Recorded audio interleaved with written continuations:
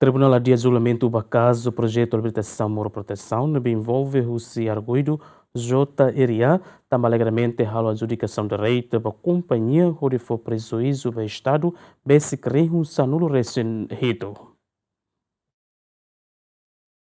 Tribunal Judicial de Primeira Instância dele marca na agenda e ela nem fulan abrir ne a trona declaração arguido o inicial JRA com a caso projeto de habilitação moro proteção Parlamento Nacional nien também alegadamente foi prejuízo do Estado dólar americano basic rehum sanulo recém-redo deve acontece e atina rehum rua sanulo recém-rua. E agora o tribunal marca arguido sira marca presença, o tribunal lá consegue o julgamento onde a declaração se arguido JRA, razão ou em tolerância ponto. Caso ne envolve o funcionário Balon e o Parlamento Nacional, antigo funcionário IDA, no diretor empresa Balo o inicial HRGB. E a acusação Ministério Público cita cata e a loron sanulo recensia fulang outubro tinan rihun rua sanulo recen rua arguido o inicial LNJ no dar CEFI divisão plano finanças no aprovisionamento e o Parlamento Nacional propõe carta justificação ba arguido JRA o de halo adjudicação de direito da empresa nacional Balon, mas que projeto ne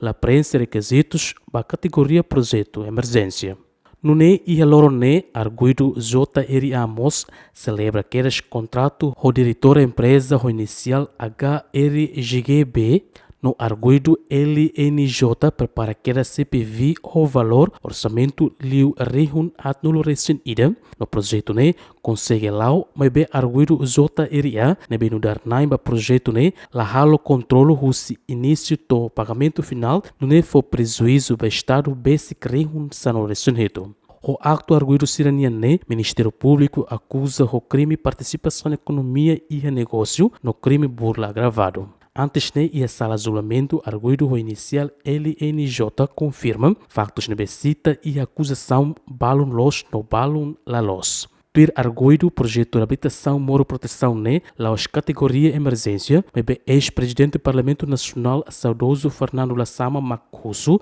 atualo adjudicação de direito também implementação projeto ne tuir plano. Bakaso ne tribunal marca fali baloron sanulo fulang abril tina rihun rua ronul resinen o di rona declaração husi arguido JRA da Sintofuca Santina de Jesus Gemen.